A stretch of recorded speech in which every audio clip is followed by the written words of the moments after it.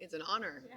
But when you realize it's a badass that's existed since 1941, it also becomes a bit daunting. That's what was so amazing when I was doing research. I didn't realize that she'd been around that long, and to know that there's 80 years of history that you both have to honor while also putting your own take on it as an artist is can be a challenge. So for me, it was kind of about like trying to find that balance. I'm curious. So you've done a lot of voiceover before. Some characters like Zethrid, I can really, I can't even recognize your voice right now that you did Zethrid. So, I haven't killed anything today. so I'm really curious. Creating performance with Hawkgirl, how much of it was, I guess, not changing, not so much your voice, I guess, performance. I guess how you found your Hawkgirl voice. Well, one thing that's unique about Hawkgirl is she's a woman of action, and when you're doing voiceover, that can be difficult to navigate because you don't have a whole lot of words to explain what you're saying and doing and thinking. So instead, you're trying to find nuances and grunts and in effort sounds and trying to keep that creative, you know. And for me, that was one of the challenges and what made it a lot of fun, you know, to play her. Is kind of figuring out how to take aggression and give it some variation to it. So, how does she relate to the other heroes in the series? I don't think she wants to, but what makes the story compelling is that she's forced to work with her enemy. She's forced to reconcile with the fact that she might have something in common with them and that they may actually have common goals as it turns out. She's also forced to reckon with the fact that she can't do it on her own. And I think for someone like her, that's a point of pride. And I also think her having this team around her forces the character to have, you know, a little bit more of an interesting take to her. It's not just one note aggression all the time. The other characters kind of bring out these different sides of her. And kind of playing off of that, was there a specific character that you enjoyed working off of or having scenes with in the film? Well, what's remarkable is the fact that until today, none of us have ever been in the same room together. All four of us. So you're doing your performances blind. Usually, you don't have any of the other actors' performances to go off of, so you're on your own.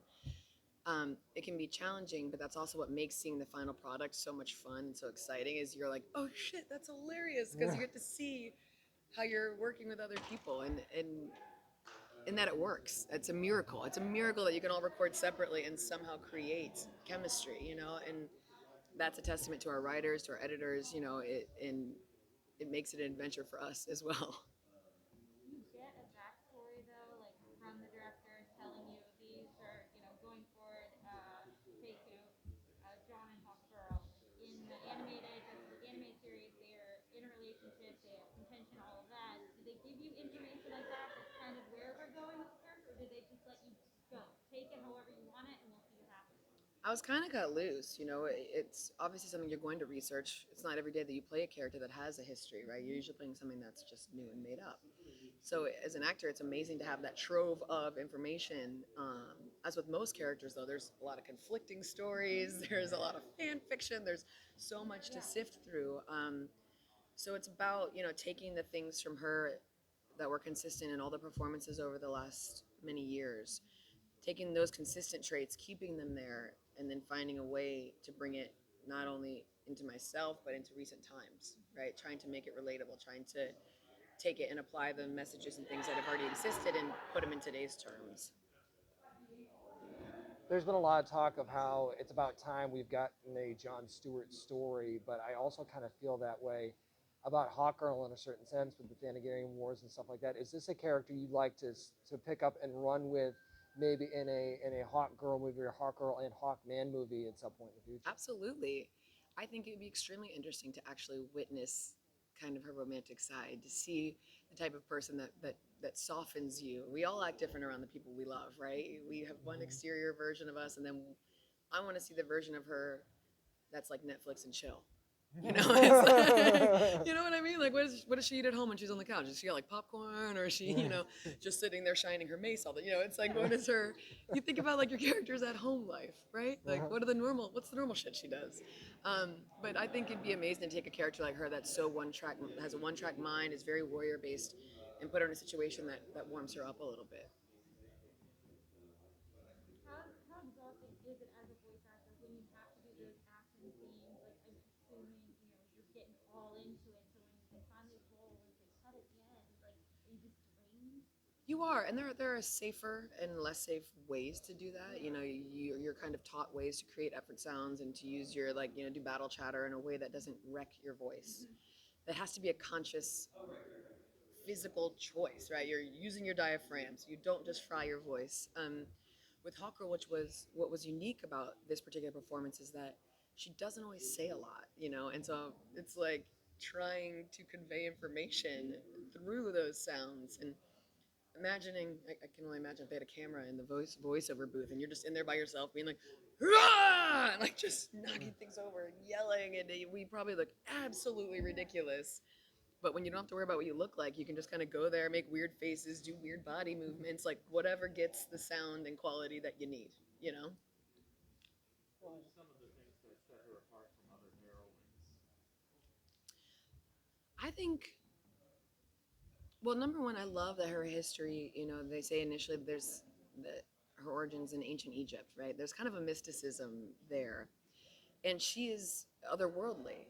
She looks human, but in her presentation, there's kind of an affected way that she speaks, and it's very deliberate. And I think that there's kind of this regal sense to her.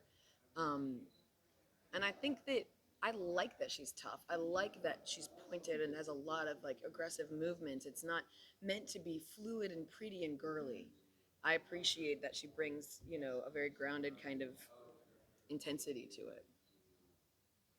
So even though she's very like and very serious, I think there are actually some humorous moments in the film Hmm. for Hawkgirl. I think when she first sees Amstray and she first introduces you, kill him immediately. I'm curious, do Yes. you bring in some humor for the character, for a normally serious character, for you? How was that for you? It's great, and it creates a multi-dimensional character, right? With something like Hawkgirl, it's so easy to make it one note. She comes in and she smashes, and she's gone. It's like finding the nuance, finding the humanity, and watching her, someone who's very in control of herself, be made uncomfortable by other people. Her interactions with Adam Strange, or with the Green Arrow in particular, like, they're just very different personality types. So watching her kind of squirm a little bit and figure out what her place is in this ragtag group and trying to be like, guys, you got to go do something about this. It's funny to watch her kind of herd cats in a way because she's just there's no extra with her. It's all mission first.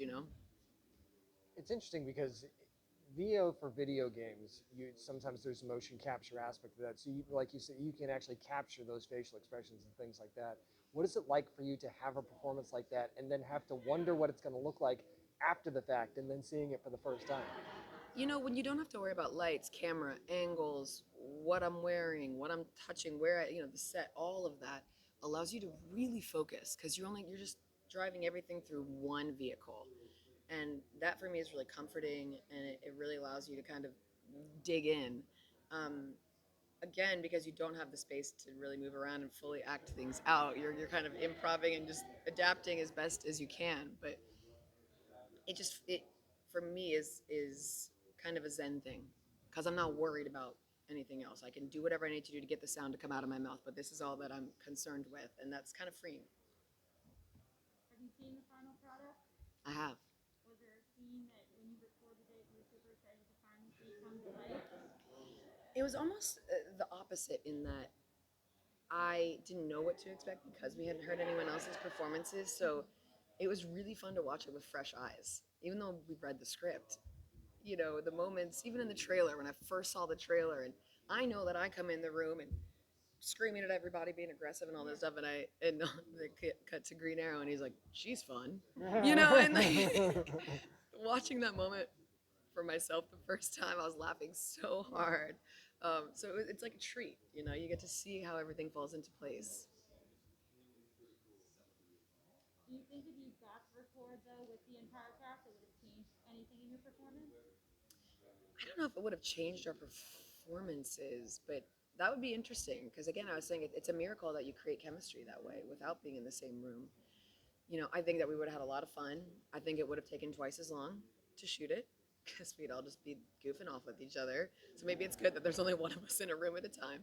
Um, but I think maybe it would have played up some of the character, like the personality difference, and maybe there'd be some more heightened aspects of each other's personalities. But maybe that would have been too much. So it's like it's amazing to see how it works out the way we did it. What is it like being in a place like this at Comic-Con, knowing that you're going to be coming out for a panel and fans are going to get to this is like your first chance to get reaction from fans from this film for the first time. What's that experience going to be like?